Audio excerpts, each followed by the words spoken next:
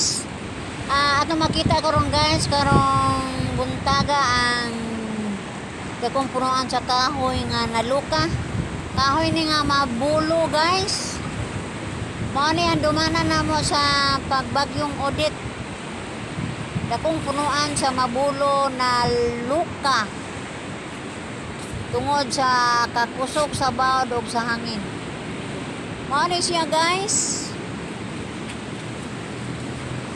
O ingon man makita nato ang usa ka household ani guys na nawain taon ang iyahang atop. Diba luoy kayong tan-awon wanay atop na abot pa dyan sa bawod ang iyahang mismong panimalay.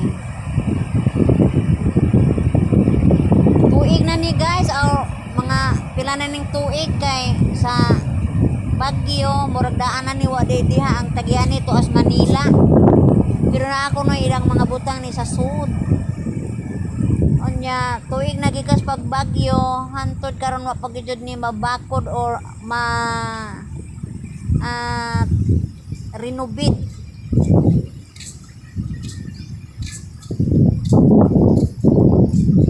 Pingtas kay maong bagyo guys, giupawan jud din taon ang maong household. Pero tungod sa kalig-on ning maong household guys, kay sa pagtuna ko ani guys ang mga kabilya ni si lalong ga ko ani ora bagi kupot yu bagi square ga kupot. Pero ang iyahang flooring tipak man mo man tingali ko ani pug kabilya, pero ang isig kakilid ani murag kabilyahan ka wa mambuwag.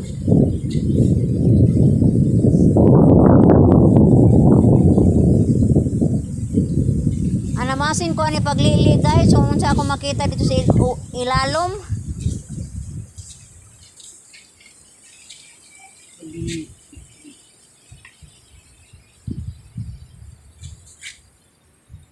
Limpyo yung gayo ag ilalom guys. Wag jud halos nabilin nga mga flooring nabuak jud sa tangtong kulikot sa bawod. Isod na ang kinaiyahan ug may mosilot guys. Patay tani.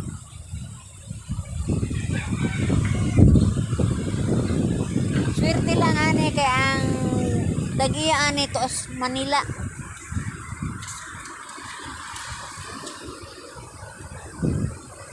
Daplin na ba po nigsuba guys o kaning maong balay ga naay galibot ani mga paril kanhi mga bato guys tapok makita pa nato mga haligi ani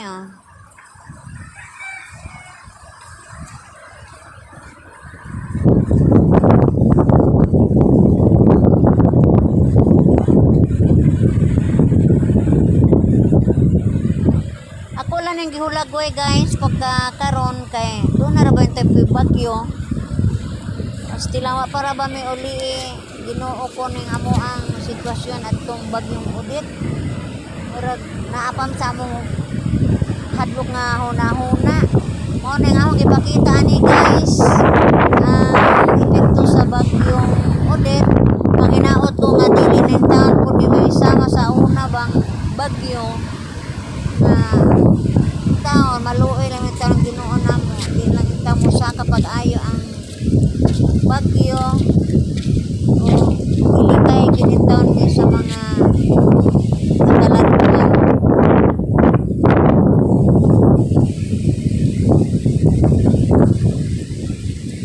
Isod ang mga tao dapat baybayin guys kaya ang bantayan ang baha o ang pagtubo sa dagat muna nga magbantay-bantay yun mi guys.